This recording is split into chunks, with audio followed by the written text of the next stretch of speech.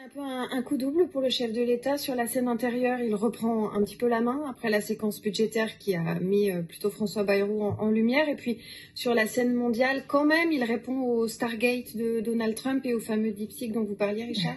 Sur la scène internationale, c'est important et c'est nécessaire parce que c'est vrai qu'il va situer la France et l'Europe dans cette bataille pour l'intelligence artificielle, effectivement, entre les États-Unis et la Chine. On verra comment ça se passe derrière parce que c'est vrai que l'argent est important, l'argent est nécessaire. Est-ce qu'on va récupérer cet argent pour pouvoir développer, sachant que l'Europe a quand même un retard par rapport effectivement à ce qui a été déjà fait aux États-Unis et du côté de la Chine. Et c'est aussi intelligent effectivement par rapport à la France et surtout que ça soit autour de la santé parce qu'il faut convaincre aussi les Français que l'intelligence artificielle peut leur apporter quelque chose dans la vie de tous les jours. Pas seulement on peur. parle, voilà, et on parle effectivement de la santé. Et ça, c'est important, d'autant plus qu'effectivement, il y a des sondages qui disent que pratiquement 70% des Français ont quand même des réticences face à l'intelligence artificielle de façon globale. Donc, parler de la santé, ça leur parle, et ça, c'est important. Et c'est peut-être effectivement une façon de reprendre la main face à cet effacement auquel il est soumis depuis plusieurs semaines.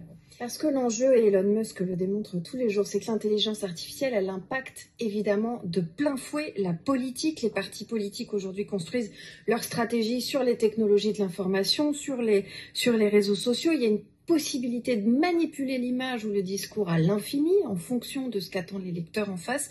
Donc forcément, l'enjeu, il est ultra politique. Et Emmanuel Macron l'a bien compris, mais tout le monde l'a bien compris. Tout le monde l'a bien compris. Effectivement, vous faites référence à cette manipulation de l'intelligence artificielle pour faire bouger l'opinion des sociétés. Elon Musk, c'est peut-être l'un des premiers, effectivement, à l'avoir compris. C'est peut-être pour ça qu'on a aussi, à un moment donné, mieux compris pourquoi il investit sur le réseau X aujourd'hui. Emmanuel Macron a raison parce que, comme je vous disais, il va situer la France sur l'échiquier, il va situer l'Europe. Mais moi, ce qui m'inquiète sincèrement, au-delà des questions de financement et de la question politique, c'est que vous avez aujourd'hui, il y a des pays, c'est peut-être aussi le cas du Portugal ou comme de l'Espagne, qu'ils vous annoncent des plans d'investissement sur l'intelligence artificielle de 2 milliards pour les 2 prochaines années.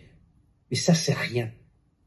C'est absolument rien. Et donc, on a un retard énorme. Donc, les politiques peuvent s'en emparer, oui.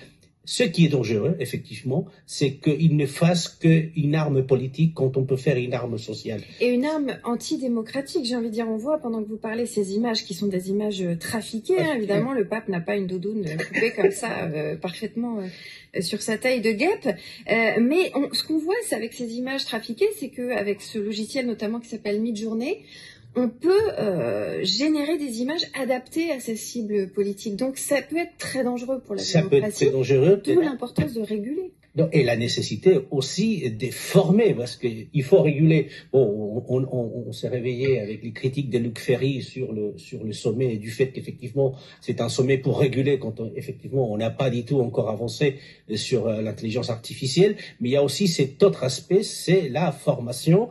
Et il faut former nos sociétés, il faut former nos étudiants, il faut former nos élèves à savoir faire la différence, à pouvoir bien s'informer. Parce qu'enfin, tout ça, c'est possible parce qu'on n'est pas bien informé, parce qu'on ne sait pas aller chercher l'information comme il faut. Mais il faut rester très attentif, effectivement, à ce qui est en train de se passer, de se faire. C'est pour ça que je peux comprendre qu'effectivement, une grosse partie de la société, à un moment donné, ait des doutes sur l'intelligence artificielle ou sur le chemin qu'elle peut nous faire emprunter. Et c'est vrai que l'enjeu double dont vous parlez, il y a à la fois, par exemple, pour les médias, contrôler l'information qui est donnée, faire comprendre avec pédagogie. On a une émission juste après nous, d'ailleurs, Vrai ou Faux, qui sert à ça sur France Info. Donc, il y a à la fois ce rôle de pédagogie, mais il y a aussi le rôle, finalement, plutôt que d'essayer de lutter, de participer, c'est-à-dire d'accepter de donner ses contenus. Mais pour un média, c'est pas facile parce qu'économiquement, il faut bien en vivre aussi. Mais pour que les datas, elles soient justes, il faut qu'au départ, la source, elle soit bonne.